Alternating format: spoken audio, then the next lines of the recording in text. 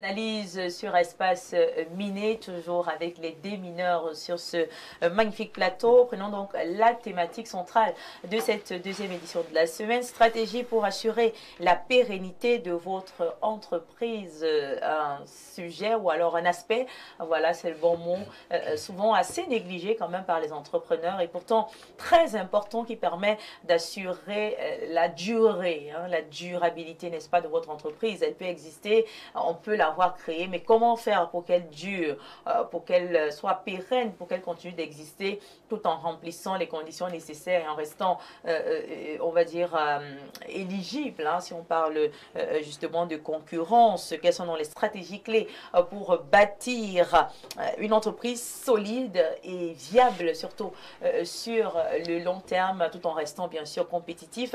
Nous avons donc des experts sur le plateau et bien sûr notre consultant permanent Pierre Blériot Niémé qui se chargeront, n'est-ce pas, de nous en dire plus.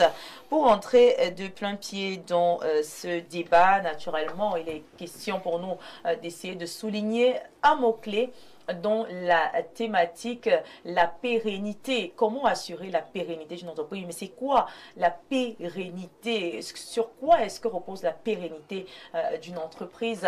Je vais commencer par vous, Joseph Zambo. Bonjour. Oui, bonjour Viviane. Alors, le monde actuel est en constante évolution et pérenniser les entreprises en Afrique est vraiment quelque chose de très crucial actuellement, face justement à de nombreux défis sur le changement du marché, les défis économiques et pas mal d'actions aujourd'hui qui rendent très difficile la pérennité des entreprises au Cameroun.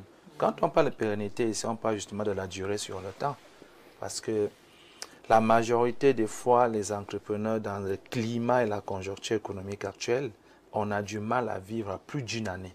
Parce qu'en principe, lorsqu'on commence, on a encore un petit fonds d'investissement qui peut nous permettre de tourner sur une année parce qu'on a payé justement les bureaux sur un an, les employés, on a mis certaines garanties. Mais s'il n'y a pas certains éléments de base, il est difficile de renouveler cet engagement-là sur le temps. C'est pour ça que beaucoup d'entreprises ferment après un an. Ça, c'est quelque chose qu'on remarque sur le marché. Après une année, ils ferment.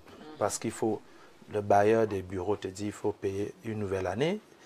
Les bureaux ne se louent pas comme la maison d'habitation. C'est un peu plus cher. Et si vous n'aviez pas bien géré la première année, c'est logique que vous n'allez pas payer. Vous n'allez pas continuer. Donc, maintenant, il y a des éléments clés sur lesquels il faut surfer pour être sûr de faire vivre son activité sur le temps. Au niveau, il faut déjà d'abord évaluer son activité et surtout avoir la capacité d'adapter son activité face aux situations qui arrivent.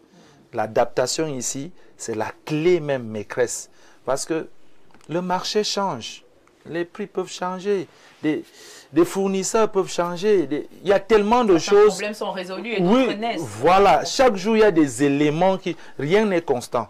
Maintenant, il faut donc avoir cet esprit d'adaptation. C'est-à-dire qu'il y a des personnes tellement fermées que lorsqu'une donnée change, il est bloqué. Il n'a que le plan A, il n'a pas prévu. Il n'a même pas de plan B, alors qu'il faut arriver jusqu'au plan Z, mais même les ex-échos. Parce que voilà, donc avoir cette faculté de pouvoir s'adapter aux réalités, c'est la faculté première. Et la deuxième chose ici, c'est la gestion rigoureuse de l'argent. La gestion financière rigoureuse. Parce qu'il y a des entrepreneurs qui jusqu'à aujourd'hui confondent encore l'argent de l'entreprise avec l'argent de poche. Non, on ne confond pas, on mélange. Voilà. On mélange souvent. C'est-à-dire, l'argent de l'entreprise, ce n'est pas ton argent de poche, même si c'est toi le promoteur. Parce qu'il faut savoir qu'à la fin d'année, il faut bien faire l'évaluation de toutes ces choses-là. Donc, il faut avoir une très, très bonne gestion financière. Et de l'autre côté, il faut de l'innovation. C'est-à-dire, vraiment, il y a des entreprises que 10 ans plus tard, les mêmes services, les mêmes façons. Alors que le monde, il évolue, les mentalités évoluent, les clients en demandent bien plus. Donc, il est important de savoir innover et diversifier les activités. Une entreprise ne peut pas se reposer sur une seule activité. Il faut diversifier de telle enseigne que si une baisse un peu, tu peux tenir avec l'autre. Il faut renforcer la culture d'entreprise, toujours être en train de former les équipes, leur motiver, créer des petites actions pour que les équipes restent toujours concentrées. Et de l'autre côté, la relation client solide. Viviane Angrea, ça c'est une autre maladie. Au Cameroun, les chefs d'entreprise prennent les clients comme étant des personnes des moindres. Ça, c'est très compliqué. Le client est roi. S'il n'y a pas de client, ton entreprise ne vaut rien. Mais juste... Qui applique encore ça de nos jours, hein, sur l'accueil, la façon d'accueillir des clients, de communiquer, de s'adresser aux clients. C'est rare. C'est vrai qu'il y a même des structures qui le font encore. Non, la vérité, c'est que les bonnes structures que vous connaissez et que vous respectez, allez voir leur service d'accueil. Allez voir leur gestion des clients. Ça ne ment pas. Vous méprisez un client, il n'est pas obligé de faire avec vous. Bon, c'est aussi vrai que parfois on se retrouve dans des pays où chaque activité est dédiée à une personne. C'est là où on est obligé de faire avec lui. Oui. Mais je me dis encore que si on avait cette diversité, on a le cas par exemple actuel, ça moi je l'ai vu dernièrement sur Internet, l'affaire de connexion Internet. Mais c'est compliqué. On ne peut que faire avec le peu qui est là, mais c'est compliqué de payer 25 000 de connexion et d'être obligé de faire rien qu'avec eux. Mais arriver là-bas chez eux et aller vous plaindre, qui vous regarde même? On s'en fout parce qu'on sait que vous n'aurez qu'à faire qu'avec eux. Donc c'est important même que les politiques publiques, on apporte une diversité à ces choses. Il faut plusieurs opérateurs, il faut plusieurs propositions. Ça permet aux clients de justement faire le choix sur les choses. Je crois qu'on peut s'arrêter là. D'accord, voilà, merci beaucoup d'avoir énoncé quelques éléments qui pourraient justement nuire à la pérennité d'une entreprise et surtout vous nous avez donné la signification exacte du mot pérennité dans cette thématique. On sait, hein, beaucoup de structures ne se contentent que voilà, d'avoir de l'argent, d'essayer d'étudier, de voir dans quel quartier il manquerait peut-être ci ou ça, ou alors voilà, où est-ce qu'il y aura un manque peut-être de coiffeuses, et puis je vais installer mon centre de coiffure. Qu'est-ce qui, selon vous, M. Ibrahim, justifierait le fait que beaucoup d'entreprises ouvrent aujourd'hui? C'est un peu comme le feu de paille, on les voit, ils font sur les réseaux et tout, et puis après 2 ans maximum, voilà, on les cherche, on ne les voit plus, ils ont fermé. Que se passe-t-il? Est-ce que c'est dû justement à ce manque d'astuces qui pourrait assurer la pérennité? Qu'est-ce qui se passe? À quel niveau est-ce qu'il y a échec selon vous? Viviane, Andrea, je me réjouis de la thématique d'aujourd'hui parce que ça a été une thématique sur laquelle j'ai concentré beaucoup de temps de réflexion. J'ai écrit l'ouvrage La sagesse divine au service des entrepreneurs, guide pour la survie et la pérennité des entreprises, justement parce que j'avais consulté un rapport de l'Institut national de la statistique qui m'avait fait savoir que lors du recensement général des entreprises de 2009, 81% des entreprises avaient fermé sur 10 ans. C'est-à-dire que s'il y avait 1000 entrepreneurs qui avaient démarré, eh ben 810 sont mortes sur une période de 10 ans. Donc c'était un véritable problème. Et lorsque je m'intéressais à savoir, mais qu'est-ce que l'étude démontre, quelles sont les causes, qu'est-ce qui a fait en sorte que véritablement les gens là meurent autant? Il y avait des causes comme qui sont pléthoriques et qui appartiennent à tous les États, on les évoque tout le temps. Il y avait un manque de financement, il y avait une inadéquation avec la formation. Vraiment, celui qui a lancé le business n'a pas fait beaucoup d'études, c'est-à-dire qu'il a un niveau de pensée ou d'analyse qui est relativement un tout petit peu réduit. C'est aussi dû aux employés, vous imaginez quand il y a trop de démissions. Oui, c'est-à-dire que c'est une histoire de capacité, c'est-à-dire que tous les 90% des entrepreneurs vont vous dire que le plus gros problème, l'un des plus gros problèmes qu'ils rencontrent, c'est la gestion des ressources humaines. C'est-à-dire que gérer les hommes, c'est extrêmement compliqué. Donc il y avait plein de clauses là qu'ils étaient en train de citer qui justifiaient normalement que les entreprises peinent à survivre. Mais aujourd'hui, j'aimerais donner 2 autres éléments pour aller un peu plus loin que ça, parce que c'est la même situation qui se déroule en Chine, c'est la même situation qui se déroule en Angleterre, c'est la même situation qui se déroule aux États-Unis. Et même pire encore, lorsque moi j'avais constaté qu'au Cameroun, on avait 98,5% d'entreprises qui étaient des PME, je me suis dit, mais pourquoi est-ce que nous on ne reste que des PME? Je suis allé consulter la Chine. En Chine, on a également 98,5% des entreprises qui sont des PME. Des petites et moyennes entreprises. Mais qu'est-ce qui fait en sorte qu'ils parviennent à demeurer? Je vais juste dire 2 choses. Lorsqu'on pense pérennité, lorsqu'on pense vision, lorsqu'on pense à demeurer dans le temps, on a d'abord la vision du long terme. Lorsque vous êtes un entrepreneur qui, on lance seulement pour suivre, pour payer le loyer, ce n'est pas une vision à long terme. Vous n'êtes pas en train de travailler pour le long terme. Vous n'êtes pas préparé à gérer le long terme. Vous n'êtes pas préparé au fait que, écoutez, il y aura des périodes de vaches mères, il y aura des périodes de vaches grasses. Comment est-ce que je vais gérer ma trésorerie pour que lorsque ça va plus vraiment entrer, il faudrait que j'ai le temps ou le souffle pour tenir. C'est des questions qu'il faut se poser. Les personnes qui sont visionnaires et qui savent que non, je suis en train de mener une initiative, un projet, une entreprise pour 10, 15, 100, 200 ans, ont une différente façon d'analyser les choses et de voir les choses. Je vous pose donc la question, comment donc élaborer une stratégie qui nous permette d'avoir cette durée sur le long terme? La première des choses, Viviane Andrea, qu'il faut savoir, c'est que c'est la loi de la nature. Tout ce qui naît meurt. Quand vous voulez attaquer la pérennité. Et il y a ce passage qui dit, il y a un temps pour naître, il y a un temps pour mourir. Andrea, il y a les produits, les services ont un temps pour naître, ils ont un temps pour mourir. Pour le même produit que vous... C'est la stratégie que vous allez élaborer. Andrea, tout ce qui naît va mourir. C'est-à-dire que quand vous lancez un entrepreneur, vous mettez un produit X, dites-vous bien qu'à un certain moment, après 5 ans, 10 années, on voudra résoudre le même problème mais avec un autre produit. On voudra résoudre le même problème avec un autre service, avec d'autres outils, avec d'autres méthodologies. Donc, chaque produit ou chaque service a une durée de vie.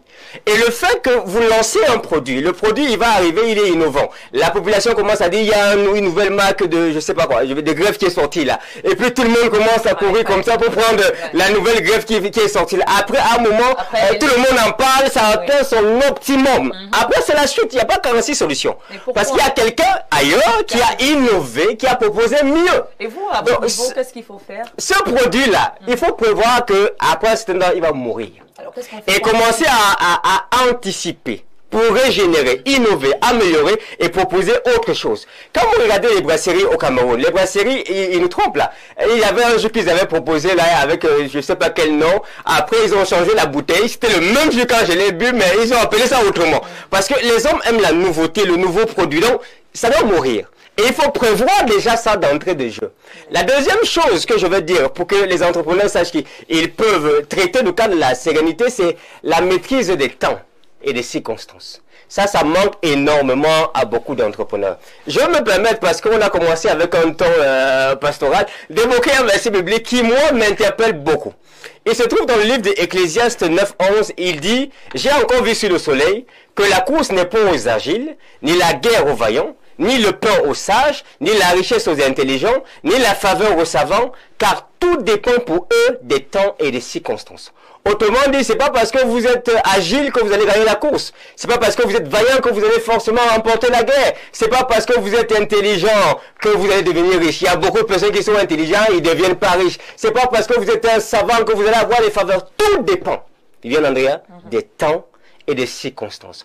Pouvoir donc interpréter les temps d'un marché, pour savoir dans quel couloir il faut se lancer et comment se positionner, vous permet non seulement de considérer le fait qu'il y a un temps pour naître, il y a un temps pour mourir, un produit je l'ai mis sur le marché, à moi ça va passer, il faudrait que je prépare là le deuxième produit ou le deuxième service ou la troisième offre que je veux mettre à proposition pour qu'on tienne le cap. D'accord. Alors, Alain Douk, qui certainement a quelque chose à nous apporter concernant cette thématique, comment fidéliser ses clients dans un marché en constante évolution? Parce qu'il faut bien que nous qui sommes là dans le présent et qui avons donc, je sais pas, des services à proposer, des produits, il faudrait bien qu'on puisse d'abord fidéliser les clients actuels. On ne va pas se contenter de commencer à prévoir l'avenir quand le produit va mourir. Que faire d'abord pour le moment, n'est-ce pas, pour fidéliser les clients qui sont là? Peut-être essayer, n'est-ce pas... Avant de fidéliser les clients, il faut les avoir. Ici, c'est un autre problème qu'on vous soulever également. Il y en a qui ferment parce qu'ils n'ont même pas d'abord des clients. Le problème, c'est les fondements, le soubassement, comme on dit. C'est-à-dire qu'une maison sans fondation n'est pas une maison qui va tenir dans le temps. On le sait bien. On pourra avoir un délitement de la structure de la maison qui s'effondre. Alors, il faut toujours... Les gens pensent qu'il n'y a que dans la culture entrepreneuriale où on doit poser la problématique de la vision. En réalité, ce n'est pas que là-bas. C'est dans toutes les formes d'organisation. Et l'entreprise est une organisation. C'est-à-dire que vous devez avoir une vision. C'est-à-dire comment je vois mon entreprise. Dans 5 ans, comment je la vois. Dans 15 ans, comment je la vois. Qu'est-ce qu'elle apporte dans mon écosystème. Qu'est-ce qu'elle devra apporter. Qu'est-ce qu'elle pourra apporter au monde. Alors, par rapport à la vision que vous avez, et qui est certainement liée à un problème fondamental à résoudre, et auquel votre entreprise va apporter la solution, vous allez donc définir une programmatique, un ensemble, comment on dit, un plan d'action de choses à faire et vous vous définissez, vous vous dotez des moyens requis pour réaliser chacune de ces actions en question. Maintenant, vous allez comprendre que les gens négligent cet aspect, quelqu'un l'a relevé. Ben, vous avez une vision, mais la vision s'insère dans un écosystème. Donc, il faut avoir la connaissance de votre écosystème. On a parlé de l'étude de marché. Je suis sûr que plusieurs se lancent, mais on n'a pas toujours parfois les moyens d'aller requérir une expertise de ci, de ça, hein, pour qu'on me dise que vraiment, est-ce que par rapport à l'activité que je veux lancer, est-ce que tout est réuni dans l'écosystème, l'environnement où je vais évoluer pour que le lancement en question soit une réussite et que l'entreprise en question prospère. Parce que parfois aussi c'est ça. Maintenant, pour revenir à ta question, parce qu'on va certainement aborder d'autres aspects. Bien sûr. La clientèle, il faut travailler justement sur le produit. Déjà, il faut que votre produit plaise. Il faut qu'il soit impactant. Il faut qu'il soit innovant. Il faut qu'il résolve véritablement un problème. Donc, dès que c'est fait, c'est bon, mais on ne s'arrête pas là. Il y a maintenant toute une stratégie marketing, en réalité, à mettre en œuvre pour maintenir les clients en haleine et accueillir d'autres. Parce que c'est ça aussi le problème. Les gens, on le relevait là tout à l'heure, bah, les gens, le client, on pourrait dire hein, que le client est aussi capricieux. C'est-à-dire que quoi qu'on dise, puisque vous n'êtes pas seul dans l'écosystème, des gens proposent le même type de produit que vous. Donc il faut toujours être là en train de faire du charme. En réalité, disons ça trivialement comme ça pour que tout le monde comprenne. Il faut toujours être en train de faire la cour aux clients. Même si c'est vrai que dans notre contexte ici, je ne suis pas sûr qu'on est toujours là dans notre mindset en train de nous dire non, le client est le roi. On doit toujours être en train de le courtiser. Mais vous devez avoir véritablement un département marketing et communication fort. Parce que, quoi qu'on dise, les gens renvoient souvent la communication très loin, je ne sais pas, quatrième pouvoir dans un autre contexte, celui de la politique. Mais en réalité, la communication, c'est le premier des pouvoirs. Il faut communiquer pour exister. Vous devez communiquer sur le produit. Il faut avoir des stratégies marketing incitatives. C'est-à-dire que des petites rétributions sur les clients, etc. Pour les inciter à voir que bah, ils gagnent véritablement à se fidéliser à votre marque ou à votre entreprise, etc. Donc ça, c'est des marketeurs qui ont le secret de ce genre de stratégie, etc. Donc on travaille là-dessus. Il faut toujours être présent dans l'esprit des gens, dans le secteur d'activité qui est le vôtre. Et ça, c'est la communication qui permet de le réaliser. Donc, déjà, je peux dire que si vous maîtrisez donc aussi le background culturel, parce qu'il faut qu'on ait le background culturel des gens, comment les gens pensent dans la sphère où vous évoluez. Parce que si vous allez adopter des stratégies de com qui font que les gens sont heurtés dans ce qu'ils ont comme valeur, ben, votre produit aura des problèmes.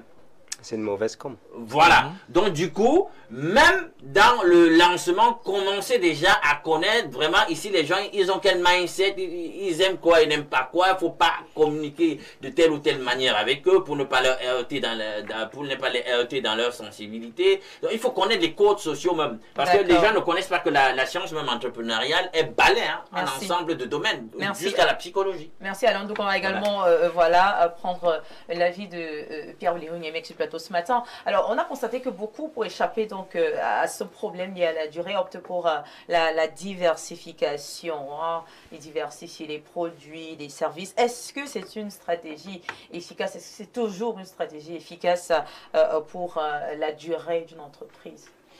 Ok. Ce que j'ai suivi concerne des entreprises qui ont déjà un certain volume. Mais essayons de balayer toutes les formes de petites et moyennes entreprises.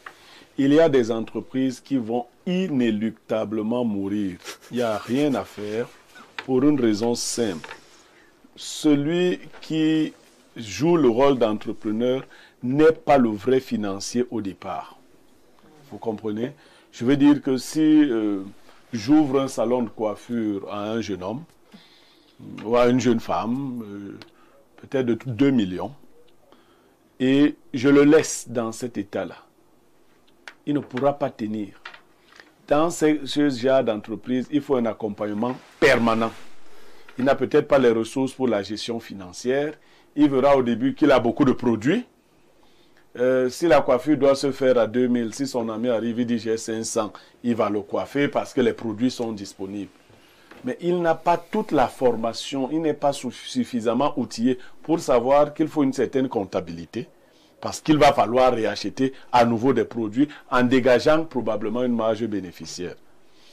C'est ainsi toutes les entreprises, des petits-enfants, les enfants à papa là, ou des femmes qui s'ennuient à la maison, son mari dit il faut faire les affaires.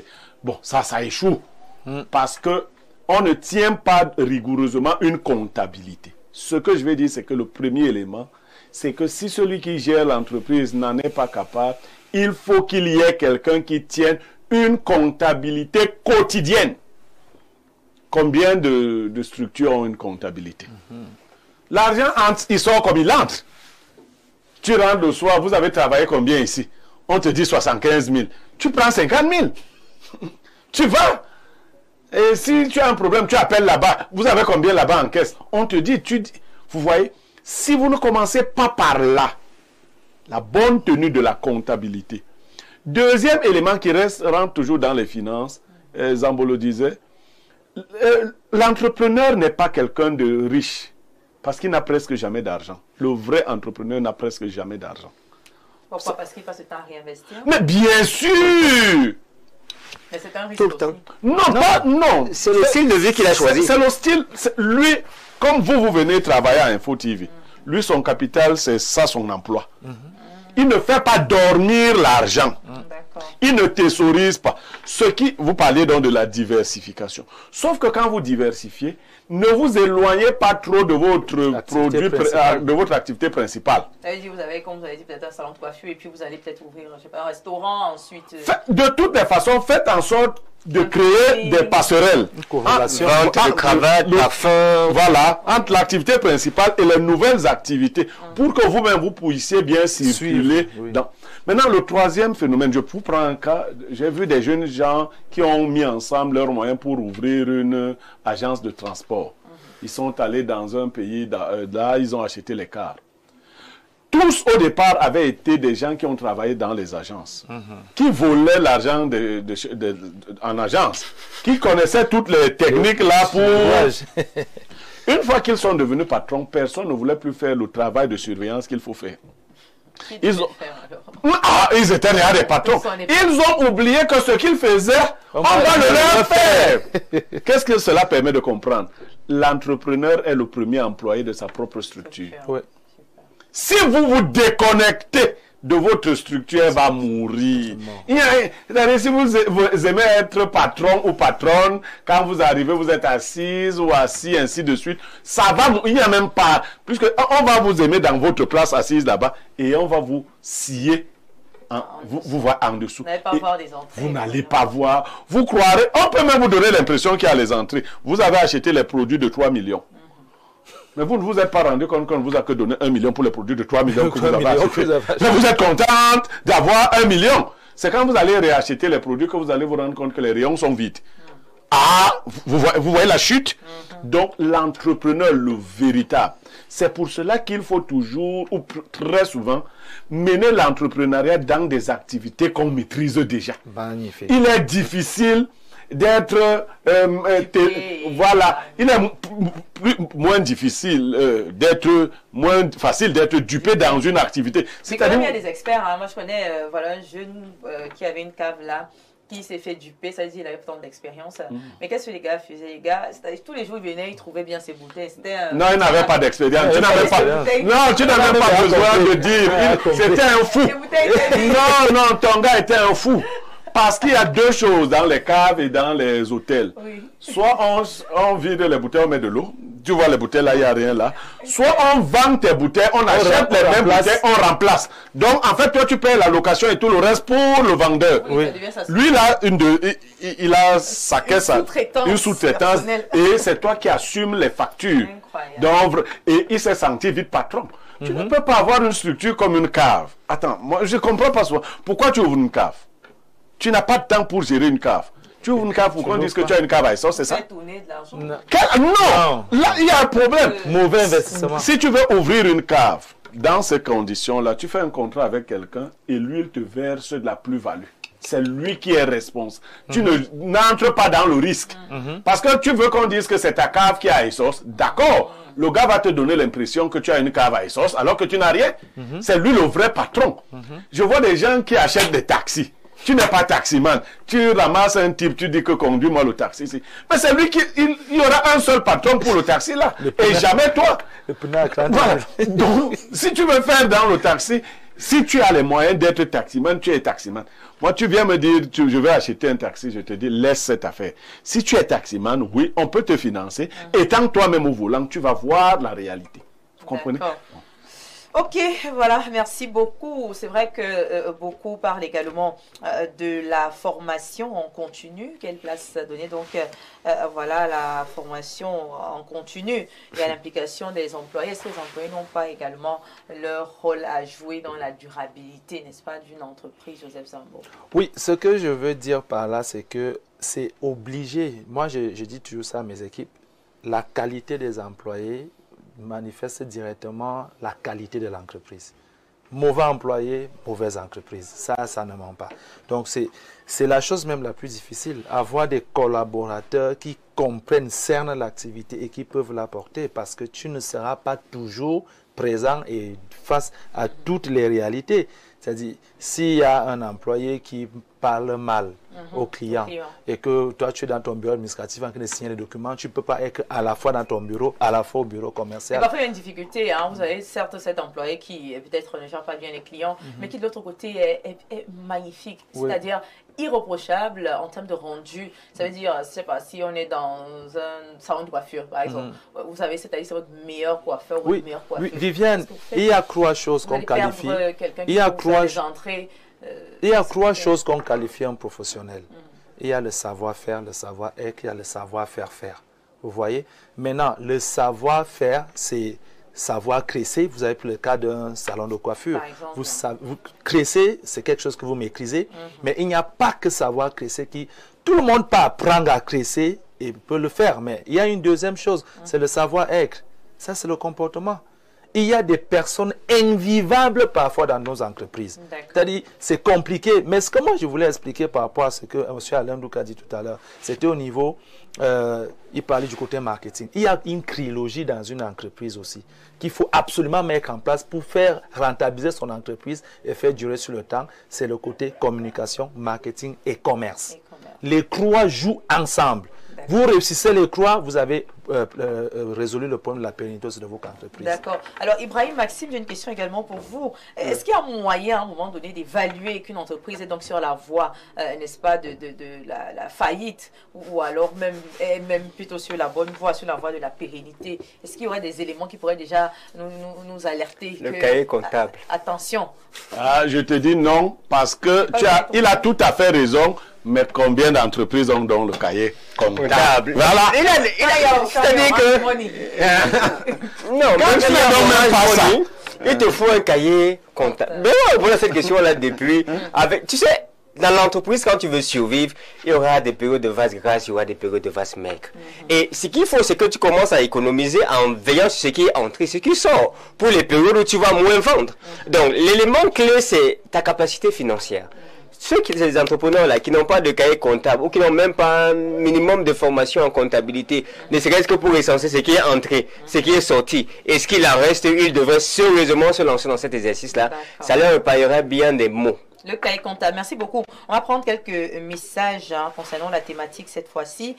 Bonjour Viviane, Andrea et à tout ton panel, merci pour cette thématique essentielle. Car au-delà des résultats immédiats, c'est ce qui compte, la durée. La pérennité d'une entreprise commence toujours par une vision claire. Dans mon ouvrage, Comment bâtir une entreprise prospère, je définis voilà, la vision, de définir la vision claire.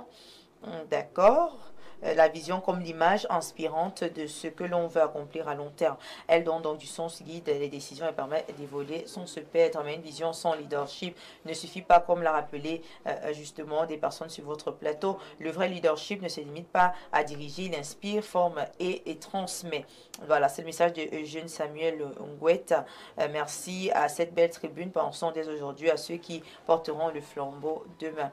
Un autre message ce matin. Bonjour.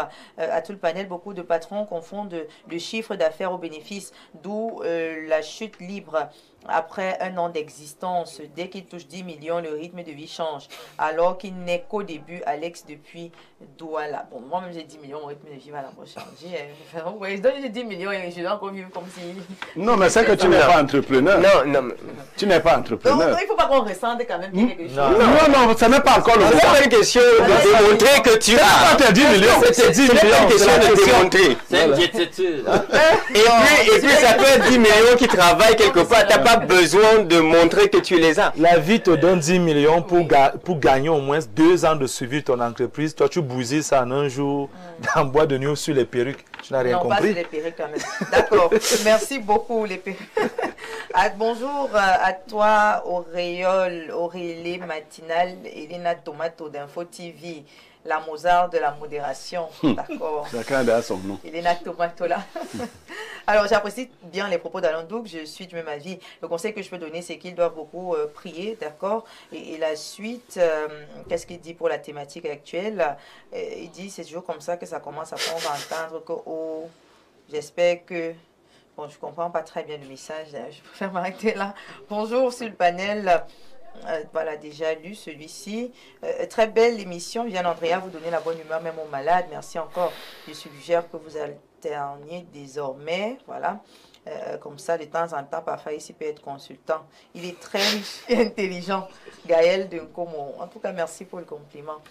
Il est indisponible aujourd'hui. Alors, concernant le thème de ce jour, je pense qu'il faut de temps en temps améliorer les stratégies marketing de l'entreprise, avoir les yeux sur la concurrence, entretenir des relations intimement étroites avec les partenaires, être toujours suffisamment informé sur les nouveautés. Orange et MTN sont les preuves palpables de pérennité. Christian. Ils sont vraiment problème à effacer son message là. C'est que nous sommes imposés. Oui. On n'a pas d'alternative. Et ça ne passe pas. C'est même l'échec même. Pour garder le monopole. Pour moi, c'est même l'échec même en communication. On peut même écrire ce message. MTN Orange, c'est l'échec en communication. Non, mais... vous les gars. Alors, bonjour à vous sur le plateau. Cette fille est une vraie sorcière. Voilà, on est passé. Alors, bonjour Viviane Andrea. J'ai compté. Tu as eu 30 000. Claudia n'a eu que 20 000. Envoie-moi 10 000 même. Alors, comptabilité. On a bien parlé du cahier comptable. Il a commencé à compter.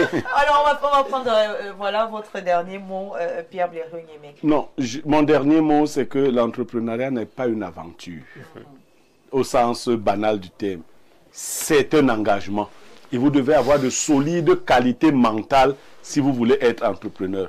De solides. Vous devez vous former.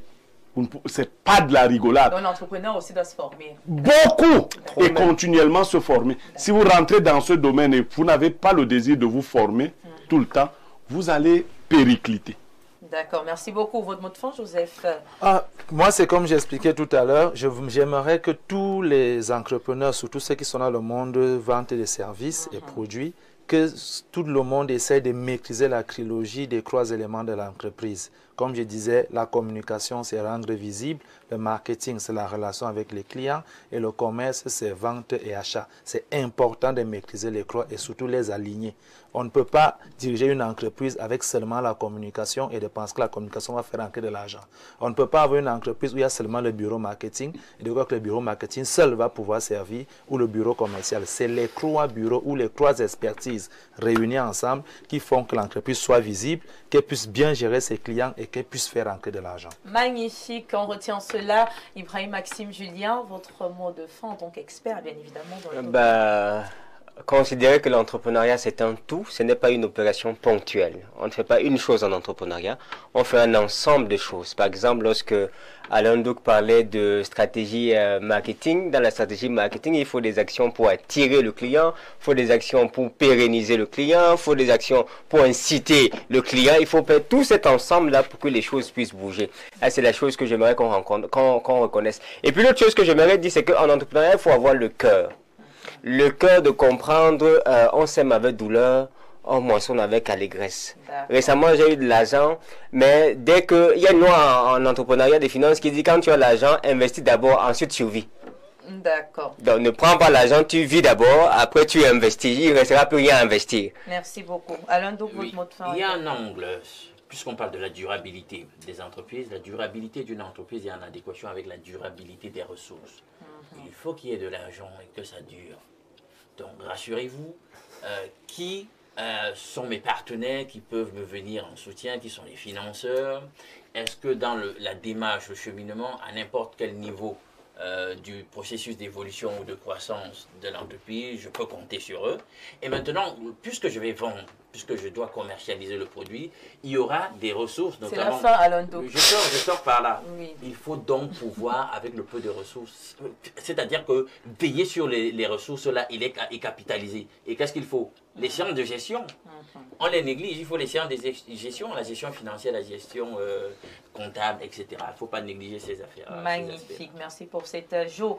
Mesdames, Messieurs, c'est donc ici que s'achève cette belle émission Espace Miné de ce mardi 6 mai 2025. On parlait donc des stratégies pour assurer la pérennité de votre entreprise. On retient que pour le faire, il faut déjà anticiper, innover, bien gérer, bien sûr, justement, et surtout s'adapter en permanence. Pierre Blérou-Niemek a également rajouté la formation de tout entrepreneur. En une phrase, on va dire que voilà, assurer la pérennité, c'est comme construire aujourd'hui avec une vision claire de demain. Construire aujourd'hui avec une vision claire de demain. Je vous souhaite à tous et à toutes une excellente journée du mardi et rendez-vous très prochainement pour une autre édition de Espace Miné. N'oubliez surtout pas la rediffusion prévue à 22h30 sur la même antenne. Au revoir.